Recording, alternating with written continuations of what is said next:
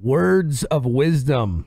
You cannot make somebody love you. You can only stalk them and hope for the best.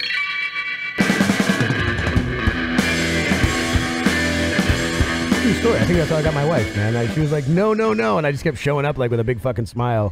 Yeah. Hey, Hi. pretty soon I had a beautiful wife. I was lucky, dude. Stand outside lucky man, dude. Stand outside her window with the ghetto blaster holding up like yeah. I didn't do that just because I don't think I could reach because I'm too fat to hold the ghetto blaster over my head anymore, you know? But I get it. Hey, yeah, right? Depending on the year, it's a good shoulder workout, I heard. Yeah. Right on. Welcome to the podcast. This is Chef Cody Storts talking at you live from the lounge in Reckless. Welcome to another lovely show. I have my wonderful friend here, Niaz. Parani. I learned from last time. Yeah, right. Johnny Booten taught us. It's like a didgeridoo. See? You're good with that. Next to him, which you guys all may or may not know, and if you don't, shame on your ass if you don't know, is Chef David Mao. Hi, guys. I'm here. Dude, and the hat. It's two different things. I brought the hat. I'm like Samson. I'm worthless without my hat. That's how I feel about my detachable penis. But I love that song. I love that song. I knew you would understand. Well, we were just talking that actually, if he takes the hat off, it's just skull and brain. Yeah. Well, you got to be good at something, man. And I don't know what I am yet, but good at something. I'm still figuring it out too, Chef. I literally have no idea. Good. Yeah. Well, I think if you don't, the one day you died, if you said you died perfect, then you're just a liar. Yeah, absolutely. I think I'm really half-assed at a lot of things, and then collectively, I think I'm kind of good at that. But as far as doing one particular thing right, I'm not there yet. With that being said, everybody's like, well, who the fuck is he or what does he do if you don't know? So we got to dive into, man, where you come from so that the lovely folks that listening know who and why we're talking to you and why you're here gracing us with your presence today, brother. Well, that's a pretty solid question, Chef. Like Thank you for posing that yeah, one. No worries. Yeah. I'm here for you, dude. I'm like the T-ball of this show. Awesome. Yeah, explain the universe, Bonk. Dave. Awesome. Yeah. Dunk. No, just where you come from, man. What's your history in the brief? A little bit here, and then we'll dive into it, brother. Yeah, we gotta know. Orange County transplant, I think, would be the biggest thing. I was commenting with someone that I moved to Orange County from the 909, which, in case you don't know, is the Inland Empire here in Southern California. We call that the ghetto from where we live. Exactly. Well, Just kidding. We love you guys. Like Fullerton has any room to talk. No room at all. We're not ghetto. We're just home of all the homeless. Yeah, exactly. I love it. I love it when Huntington Beach looks down on Corona. Like, okay, dude. Yeah, but anyways. Right. Orange County transplant. Moved down here in my early 20s. Was working at Medieval Times. Actually, kind of got my feet wet in the Orange County food scene. Film degree. Worked in the movie industry for a while. That's kind of my primary professional background. A lot of photography but worked at McDonald's when I was a kid. Always been in and out of the restaurant business. Dude, McDonald's was my favorite cooking job ever, believe it or not. Oh, you worked there too? Dude, yeah, I worked at McDonald's. That was my first job, and that was back when they had like the burger patties were the hockey pucks. Of course, absolutely. And then you just how many times can you skip them across the floor before you hit the delivery guy in the forehead? That was really the goal. It's how it worked, yeah. And then how many of the drive-through chicks you can get to hang out with you in the walk-in. Well, that was pretty much it. That was my whole goal for McDonald's, and I loved every minute of it. And back when they made real food, at least when I worked there, I'm a couple years older than you, but I remember McDonald's was actually kind of real food back in the day. But yeah, we pressed it. I don't know. We ate it. We held it. We moved it. 10 minutes, wrapped them. I could wrap the shit out of a burger. It was good. Yeah, I can still smell those reconstituted onions on my hands, by the way. It's like the dehydrated onions. But McDonald's was one of my favorite. I mean, it was probably my first job where I was like, oh, I'll cook or whatever. I think I was making like $4.15, which was minimum wage back then. Yeah. $3.35. Yeah. Right. You got me beat. They say like a large percentage of like Americans have worked at McDonald's. Yeah, I actually went to HU, which is the most dorkiest thing I'll probably say on the show, but I went to the Hamburger University for McDonald's. I went to the first two of them only because when people would roll up to the drive-thru, I was like, welcome to McDonald's. This is Cody. How can I help you? And they had me say that over and over and over again at the stupid McDonald's thing. Just to get it's still in the freaking archives. The cadence of it. I guess. Well, that's why you're so good at this, Chef. I mean, clearly you were practicing the microphones in McDonald's. Yeah, baby. Yeah, baby. You want coffee with what can I get for you? So McDonald's, which is the gracing of all of our lives. After that, that was my first job really in the quote unquote restaurant business, if you would call that. Sure. Then worked broiler at Magnolia's Peach in Brea for a while when I was a kid, and then was on the bar side of things quite a bit. Bar manager at Memphis Cafe on and off for about 17 years. Worked at Linda's Doll Hut as a bartender all the time. Cooking for everybody. In Huntington Beach, I kind of got my reputation for doing it. I was roommates with the Safe Ferris, Big Sandy guys, the Calvin Room. So everyone would come back from being on tour, and all of a sudden I was the guy that would cook. And my late brother Chris was part of that as well. We had our own catering company, Two Brothers Barbecue, did barbecue food, which was pretty successful for a while. First project was the District Lounge in Orange. and then pulled out of that after about a year and a half. And since then, me and Cody Requejo had the retreat in Costa Mesa where we were co-executive chefs. Opened up Proof and Cooper in Austin, Texas. Was up at Solana on Abbot Kinney up in Venice.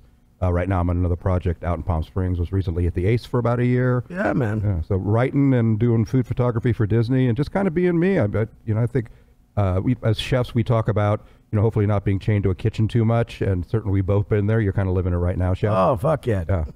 We can talk all about that, dude. So a whole different category. But at least presently my journey in the industry is letting me land a lot of different spaces. Of course, working up in the High Sierras. The past 23 summers I've worked at Vermilion Valley Resort and High Sierra Pack Station, which has greatly influenced my journey as a chef. I'm a backcountry cook by way deep down underneath. Like Brokeback Mountain, yeah? Yeah, pretty much like Brokeback Mountain. You'll find out this summer, chef. I'll take love you it. up there. Yeah. Dude, I'm down, man. I love that stuff, and I think that's the coolest part about you is that when you told me that, I had no idea that you actually did the pack tours for a while, and to me that's crazy, man. I mean, I love that stuff.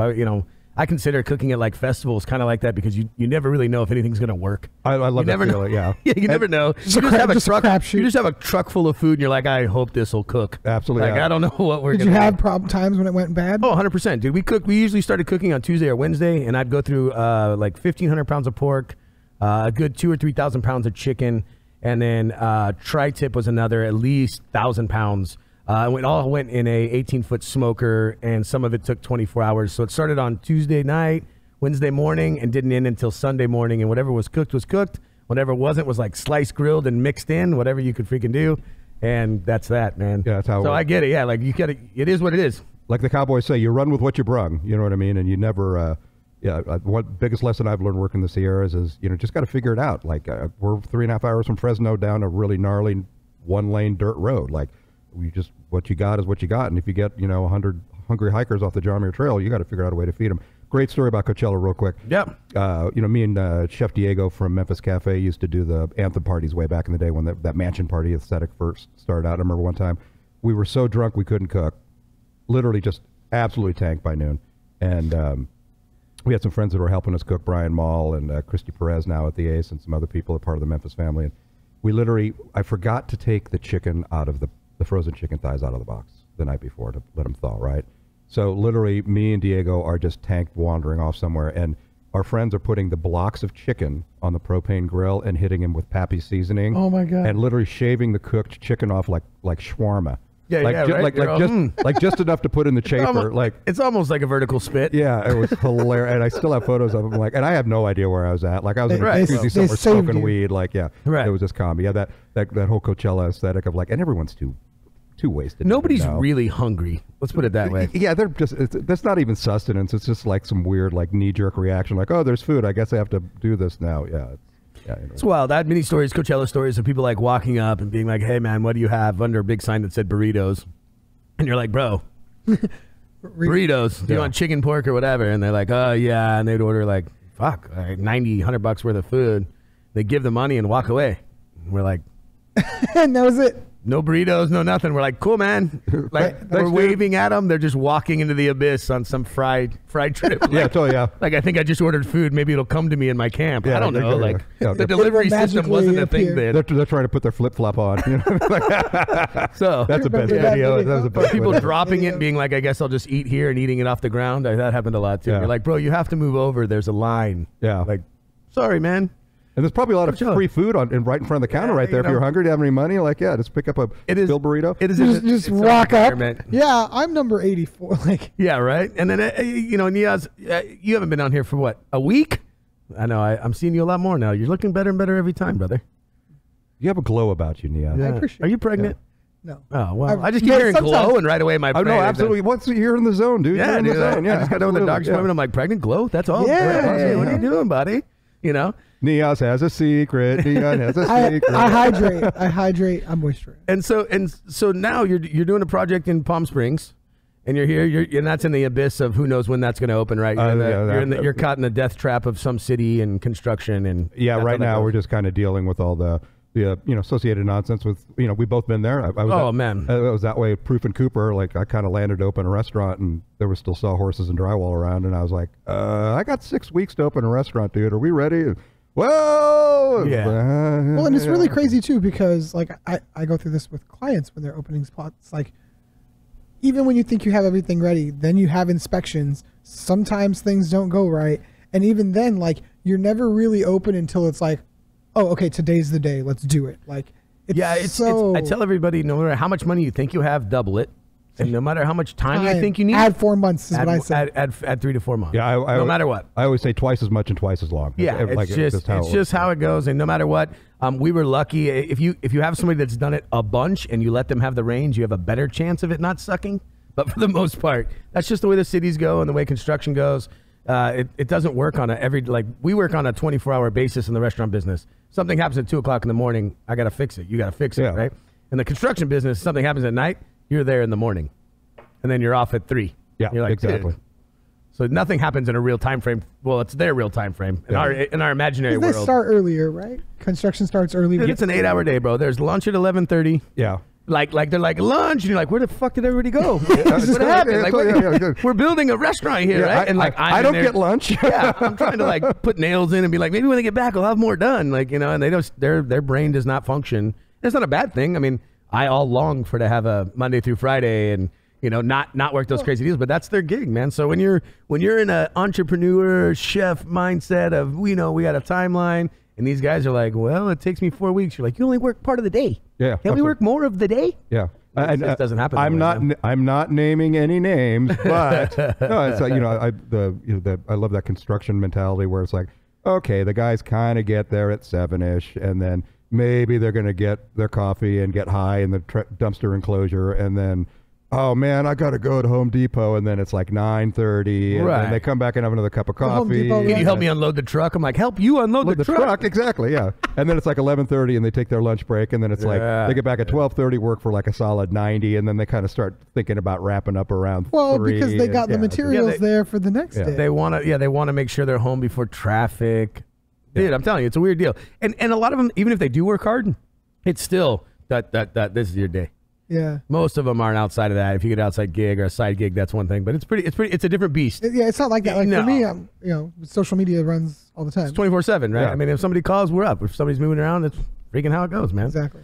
I got to say though that one of the best things I've ever heard about, I think it's actually Niaz described you the best, and I actually heard somebody mention you the other day as it was all shit talk. Yeah. No, it was absolutely not. I believe you said, and I'll let you say it in the better words, but he is the Anthony Bourdain of Orange County. He is the Anthony Bourdain of Orange County. And the reason I say that is because before I knew this guy as a person, I saw his face as stickers and that hat. You just know the hat from everywhere. And on top of that, he, the way he writes, it's like a person from the industry writing for the industry, and like fuck everyone else. It's not for them. It's for industry people. And if you happen to like that or want to be a bystander of that, then come along for the ride. And so I think that if you're looking for someone who will give you, one, an honest historical perspective of Orange County restaurants, but two, just an honest perspective of like the sacrifices you make to do this for a lifetime, like this your dude right here. Yeah, I had somebody tell me or like you, chef. Absolutely. Yeah, well, I had somebody tell me today. This your other dude right here. They saw a picture of me and you together that we took that was after we had coffee the other day, and he said, you know that guy, he's the original you. And I went, that's pretty fucking rad. That's pretty funny. I like that. Yeah, no, I said like he that. was like the original off guard, like that didn't give a fuck and kind of stood his own ground. And I didn't say anything. They brought it up to me, and no, I'm flattered actually. Yeah, that was their comment to me, and I said, I think after having coffee with him the other day, and we'll meet again, I go, I think you're probably fucking right. Well, yeah, I mean, you made a big ground with Memphis here. There wasn't a whole lot going on, and definitely wasn't there any Southern food around when Memphis came around, right? I mean, there was nothing. And certainly, culturally, I think Memphis is a bigger cultural landmark than. Chef Diego's always done a great job with the food, but Memphis rolled out that idea of food community culture back in 1995 before it was a branding point. That was our motto back in '95, and now everything because of this. It's all that. It's all that now. But yeah, we started doing it, and that's not me. Giving frickin' Memphis a handy, you know what I mean? But no, it just is what it is. It just is what it is. Yeah, I say the same thing. Like, Haven was the first gastropub. And you know what I mean? Like, there's absolutely, there was people that were landmarks in this city, and that's just how it goes. Yeah, and I think a part of that is that idea of okay, before it was a branding point, we kind of did it. And when I've come on other projects, honestly, chef, I've come on projects where people have been, oh, you were at Memphis?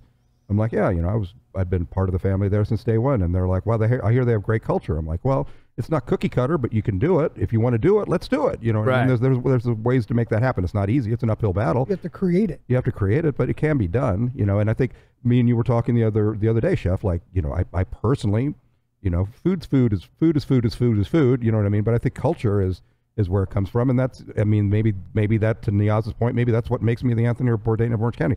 I don't give a fuck. Like, I just, I don't mind blowing holes in people's perceptions of, like I did that, 7 secrets caterers don't want you to know about them, that article I did, and I had caterer buddies come up to me and like, hey Dave, you told our biggest secrets. I'm like, yeah, dude, it's because it's true. Like, oh yeah, the venue was cheap, but the catering was expensive. It's the same fucking thing. I'm sorry, so I didn't use the F word, but yeah, it's like, they're, well, I can't believe you said that in public. I'm like, well, I spoke the truth, and I'm sorry. That's just how it works. Yeah. Yeah, when I catered, I used to tell people, hey man, this is what it's going to cost, and this is what I need to make sure that I can do it right. I can call it whatever you want. Well, how would you like me to name this for you? Right? That's a great way of putting it. Yeah, like, I don't know. I can call it service charge. I can call it whatever I can call it a show up fee or drive time or whatever you want. But this is what's got to happen. I remember people would be like, cool. There was like something I saw online where a caterer was talking about that. She was like, people think like the cost of catering should basically be food cost. No way. Like, what about all the work I put in? Catering's like moving your apartment to go cook for like taking your kitchen somewhere to go cook for somebody else, and then you have to sit there and wait for them. No, dude, it's a lot. Yeah, always, yeah. bro. It's hurry up and wait, 200%, and in the meantime, you're moving your kitchen. And then the hurry up is sucks. Absolutely, fuck. Yeah, the hurry up is like, dude, and then traffic or whatever, and food sitting, and God forbid. I mean, I did catering forever, and that's why I don't do it anymore, is because catering to me was like, you get there, and like, you go, cool. What was the biggest catering you guys have ever done? I did these. Coachella always is like 100, but that's more like vending. But it's like 110,000 a day, right? To go through there, I would feed anywhere between 20 and 30,000 a day per booth there with 4 booths. But then single catering, I used to do the biggest one was the Riverside Sheriff's County Department, and we did 5,000 people in 30 minutes with 5 stations, barbecue chicken, burgers, and sides with salads, 4 lines in each. I had 75 people working for me. We did that every year for about 6 years. That's a big that's a big load, yeah. Yeah, dude, my ass puckered real big the first time I did that one. But then you figure it out, right? I mean, and then I just was like, man, I'm good. It got to where, honestly, with the labor and everything, they wanted to pay less than what it could. When I first started doing it, within 5 years, the rules grew different. But they still do the event, and I just decided that's not what I wanted to do. But successfully, we did it for 5 years. Is barbecue the easiest thing to do? Yeah, and probably my biggest one would be Orange Street Fair when I started doing the district. That's huge. With the Orange Y, they came to us like, hey, we're going to start selling food. They were selling popcorn or something before that, and I've been to Street Fair. I grew up in Orange. I didn't grow up in Orange, but I'm from Orange. I would say, like, yeah, cool, let's do it. But it was the same kind of thing. I mean, we didn't do 3,000 or 5,000 people in 30 minutes, but we did. I don't know, 15,000 sandwiches over the course of 3 days. Yeah, that's a lot, man. I mean, admittedly, we were stoked. It's pulled pork and buns. It's super straightforward. And here's your side of horseradish mayo. But yeah, and actually to kind of to circle back to your argument of like with food, like as someone who does it, I understand the cost of catering. It drives me crazy when people start to lowball you on it. Now, the other side of that argument to me is when I go someplace and I get like a crappy like chicken breast with like the Smart and Final rice pilaf, and I know that someone got nailed for $72 a head for that, I get pissed. I'm just like, guys, I get it. Like, that Near East rice pilaf is easy. I make it all the time. Could you put some green onions and you some don't even curry actually in it? have Like, to cook it. You can take the hot water out of the coffee machine and it cooks. Yeah, throw it in the 400 and just put some foil on top and leave it sit. Yeah, put it in the heat lamp and it'll cook. Yeah, no, it drives me crazy. People That's the San Francisco secret? Dude, it's a true story, man. You buy the instant stuff, you put the hot water from the coffee, wrap it and put it under the light, measure it right. When you get there, it's perfect. Yeah, it's perfect. Yeah. Same thing with couscous. I get people like, I actually where I was at in Palm Springs working before this current project, like, people are getting all wacky about making couscous. I'm like, just get hot water, throw like 2 garlic cloves, like whole heads cut in half, throw it in the couscous with a couple bay leaves, some kosher salt, and just put hot water in it. Leave it sit for like 40 minutes. It'll be perfect. Yeah, olive oil. Make sure it doesn't stick to it. It's perfect. Yeah. Oh, no, you got to do it this way. No, you don't have to do it that way, but do it however you want. With that being said, we're going to take a little break here, and then we'll come right back to talk some more food with Chef and Mr. Niaz. We're going to make some couscous. No, I'm not killing a whole culture over your dish, buddy. What? We'll be right back. Yeah, let's destroy it.